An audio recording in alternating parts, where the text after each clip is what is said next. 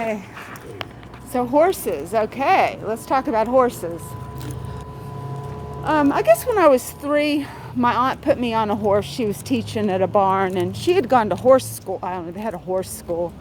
She graduated from high school and wanted to do horses. And my grandmommy, see, Granddaddy was very stoic, and he did not want her to do horses. But Grandmommy bought her a horse, and Granddaddy didn't know it, that she owned a horse, a teenager. But Grandmommy had money of her own. She was a nurse. So HV introduced me to horses, and Granddaddy thought that was terrible. They're very therapeutic. And I think they teach kids a lot of confidence because they're such large animals. My aunt says they're big, dumb animals that can hurt you, which is true.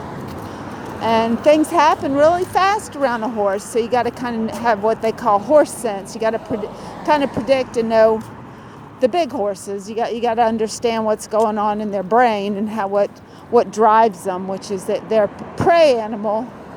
They're scared. I mean, they're running really fast to get away from something like a tiger or something that's going to eat them. They don't like stepping on squishy things because their legs are fairly delicate. They don't want to break their leg because, of course, in the wild, a broken leg would mean death. They're herd animals. Being part of the herd you can be part of their herd. That's the thing about training them, is that you want to be the head of the herd. And same with dogs. If you're the alpha, if you're the head of the herd, they will respect you and try to do what you wish. And you don't get to be head of the herd by hurting them. You get to be head of the herd by being smart. And, there's times when you might have to, threaten them, but not very often. Mainly they follow you because you're going to keep them alive. They trust you. And trust is consistent. It doesn't just happen. It's consistently. They want consistent trust of the person that's head of the herd. I've ridden all kinds of horses, It's a lot to talk. People can talk horses for hours and hours and hours.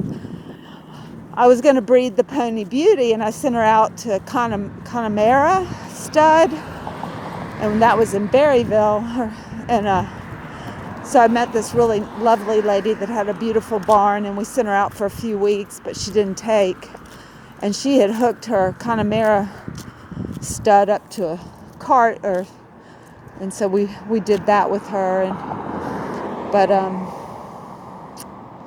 Yeah, there's just too many stories when you get talking about horses. They're beautiful animals. They're romantic. They're powerful. I wouldn't say they're that smart, but I think dogs maybe are smarter, but I can't say. That's hard to tell. Dogs and horses are built for different purposes and live for different reasons. I've always wanted a Friesian dressage, not always, since I was in my late 30s or early 30s. I got into dressage. I was living up in Maryland, and I met a lady that was into dressage, and we went and saw Devon. Don't think I'd want to compete, but I would love a retired dressage horse, and I would ride a little bit, but when you do ride, you fall off. And I know falling off the Pony Beauty. I think that's what Beauty was. When I was a little kid, I would look out the window on my birthday and Christmas, just wanting a pony. Never got it. I had friends that had ponies. One of my friends had a pony, and we'd go, and her parents were from New York, and we'd go to a little local barn, and we'd ride that pony all over the neighborhood. It was so cool, You're in suburbia. And you'd ride through the park and right up into our house. And just in suburbia, you'd ride that pony all over the neighborhood. Hey, what's up? What? I can't hear you. What? Are you all right? I'm fine. Yeah, I'm just getting off work. Thanks for checking. Okay. So, yeah, that was a lot of fun.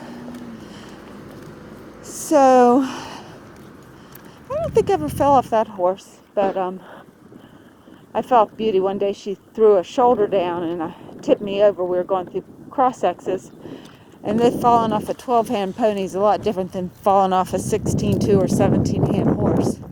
That's for sure. I used to trail ride Beauty. I was small enough. I weighed less. I was like 135. And so when I lived in the country, I would trail ride with little Beauty all through the woods. I didn't have any trouble with her. She was a good pony. Oh my God, it was a divorce. And my sister hadn't bought the farm yet. I had nowhere to put them. And so there's this Christian couple. Oh, they had a farm. I should have known. They had a golden retriever they left chained up. They didn't know how to train it. But they had a barn, and I said, well, you can keep them. And then we didn't get back together, and I had to sell them. And so they said, well, they would give me $300 for Beauty. And it was an insult, because that was an insult. She was worth a lot more money than that. But they didn't realize it. And then I got back in touch with them, and they said they had sold her because Beauty got mean. Now, Beauty would take advantage of you if you didn't know what you were doing. I think I missed the first day I got her, she bit me, and I smacked her in the nose. Just enough, I bopped her, just enough to know that wasn't going to go. And we never had that problem again. But,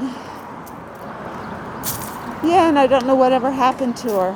And so I wrote him a note. I said, well, I paid $10,000. Or I said, it was a good friend of mine that was wealthy, and she sold me a $10,000 pony for $2,500. I said, I hope you got your money's worth.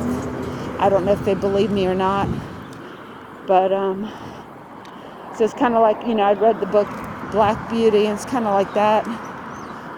So that was very saddening to lose the ponies, but at least we got them for a while. It's really good family activity. We did 4-H and shows and parades, and